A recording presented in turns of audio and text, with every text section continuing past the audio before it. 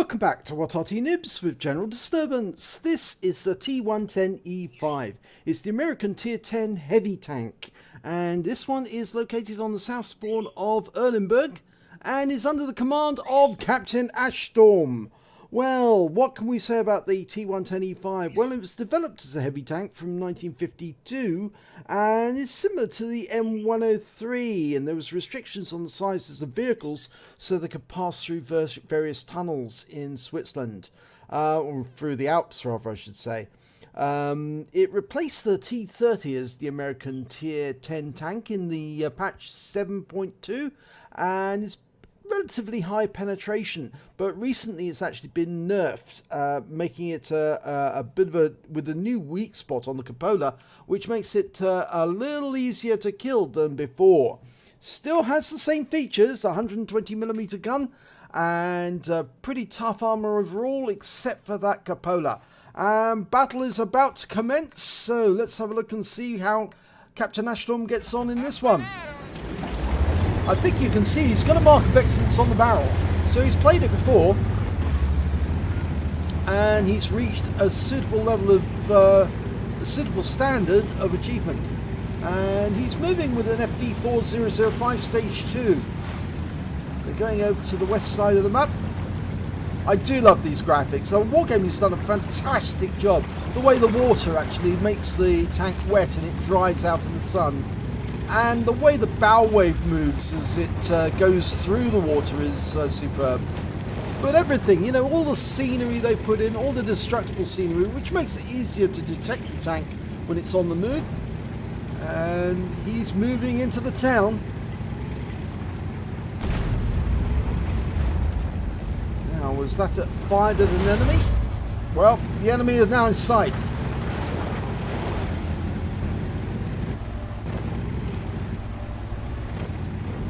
Captain Ashstorm is no novice at this game. He's actually quite an accomplished player.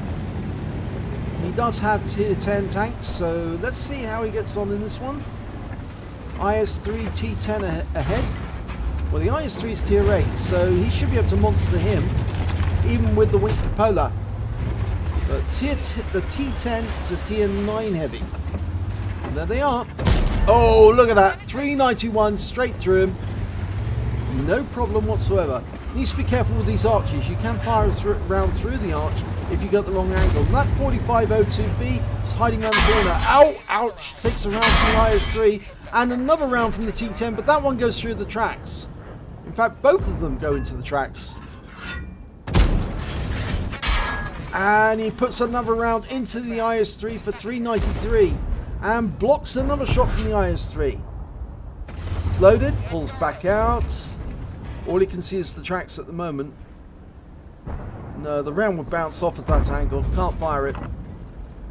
The gun's popped out. Could probably damage that, but it's not accurate enough. There's the T10. And he's tracked him.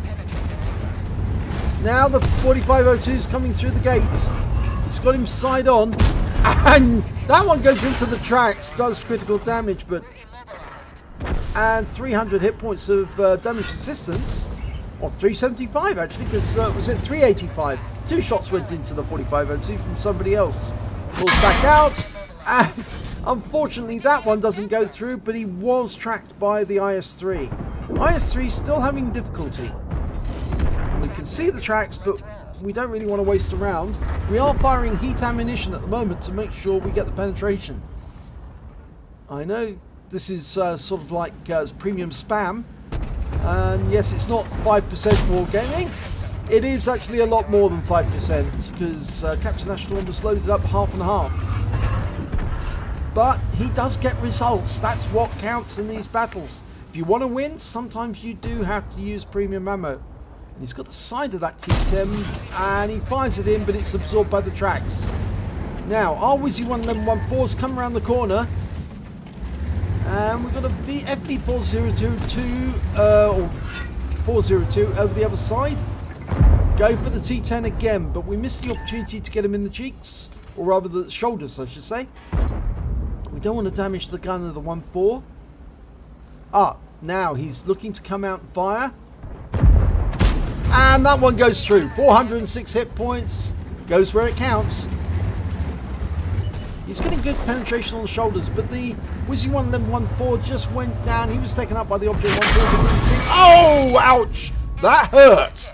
That was a bad hit by the FV4005.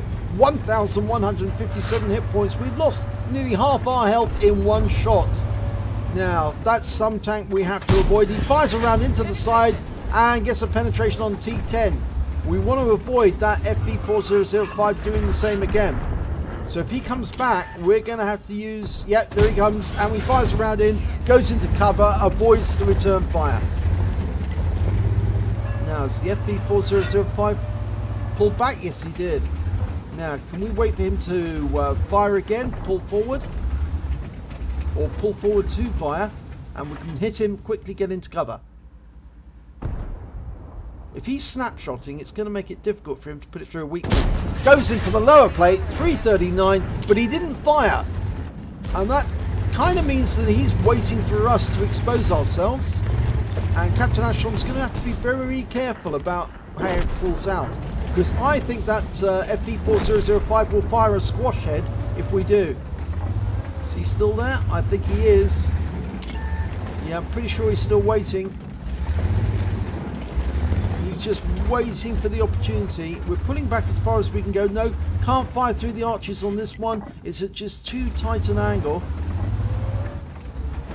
He's going to have to expose the side, but exposing the side would make us vulnerable to a squash head round.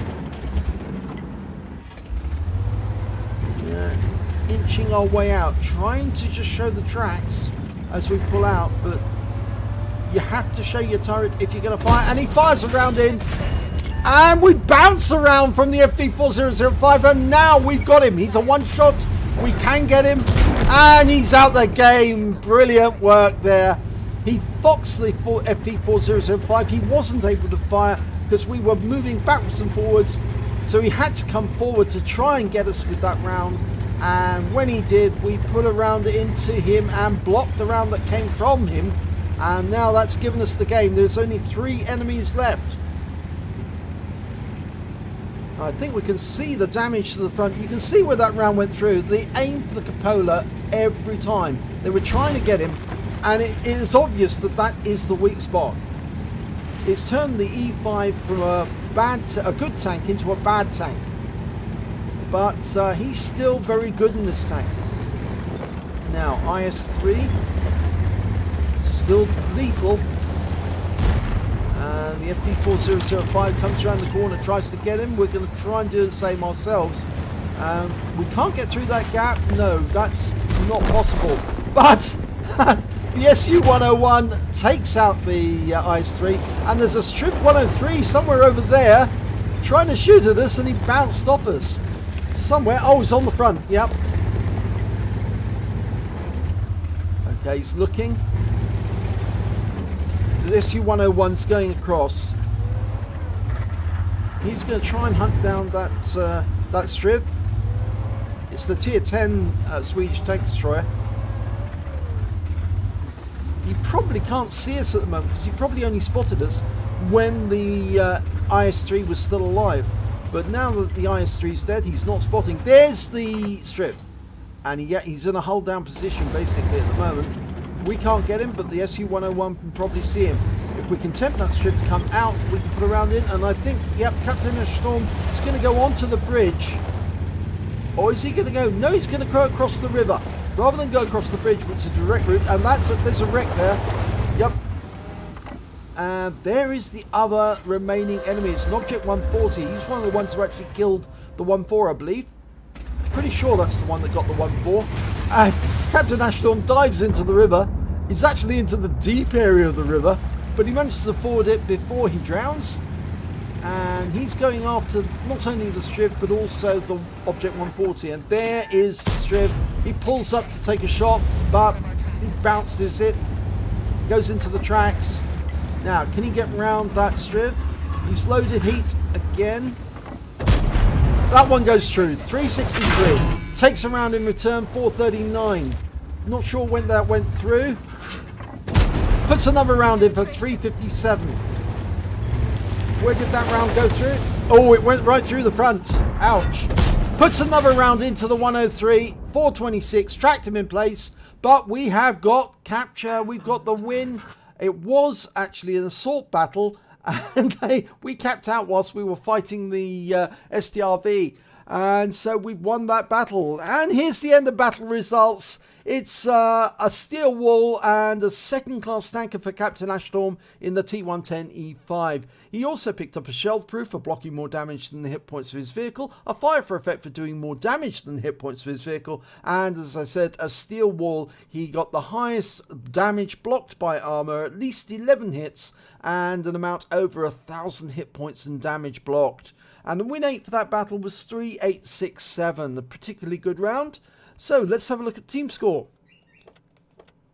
He got the highest damage on his team, 4,546 hit points. It was the Object 140, that one at the end, who survived the battle. He managed to get 5,990 hit points. He picked up the high caliber for that battle, as well as 5 kills. Captain Ashstorm only managed to get 1 kill. The highest score on his team was the Wizzy 11114. He got 3 kills and was killed by the Object 140. Was a Unicum player, by the way. And when it came to base XP, it was Captain Ashstorm was top. He managed to get 893 base XP, whilst the Object 140 on the enemy team managed only 592. Skoda T50 took 813. The SU-101, who survived the battle, 776. Let's have a look at detail. Well, he fired 19 rounds. He got 19 direct hits and only 12 penetrations. Some of those rounds did go into the tracks of the enemy, and I think you saw that round that went into the tracks on the T10. He did damage of 4,546 hit points. He received 12 hits from the enemy. Only 2 were penetration, 10 were non-penetrations. And in fact, actually, the ones that were penetrations were the FB4005, who put a round right through the cupola, and of course the STRV S103-0, who actually put a round right through the front of the vehicle. But those non-penetrations, he blocked damage of 3,910 hit points, an absolutely monster level. Huge amount, actually, considering the hit points of the vehicles are quite a bit lower than that. He spotted one enemy vehicle. He damaged 5 of the enemy, killed 1 of them, and he did damage assistance of 519 hit points. He also picked up 10 base capture points whilst he was in the cap fighting the STRV. In fact, actually, it was the SU-101 who managed to pick up the majority of the cap points in the cap, and I think we can actually see that. Yes, there's the STRV, SU-101 rather. He managed to get an Invader medal, so congratulations to him. Right, when it came to credits, he earned 67,976 credits, and after repair and ammunition resupply, remember he did fire quite a bit of heat ammunition during that battle to make sure he had the penetration, and of course he used premium consumables. He ended up with only a negative of 18,791 credits, so it's quite a big loss, but it was a victory, so that's what counts. He received 2 bonds for the steel wall. He also picked up 1,339 XP times 5 for the first victory of the day, and he had a personal reserves bonus for 50% going at the same time, so he took away 7,367 experience points overall. So, very good battle there by Captain Ashstorm. Shows that the T110E5 can still monster the enemy, so long as you avoid getting shot in the cupola. And if you do come across an FB4005, you need to make sure that he doesn't fire a squash head round right through that cupola. And to do that, you need to be very careful, as Captain Ashstorm did, and force the enemy to make a mistake of coming forward, so you can then put a round into them, bounce the return shot, and then go ahead and wipe them out when they're a one shot. So, if you enjoyed this replay, please give it a like and do subscribe to our channel, and hopefully it'll be your replay that I'll be featuring in the next video.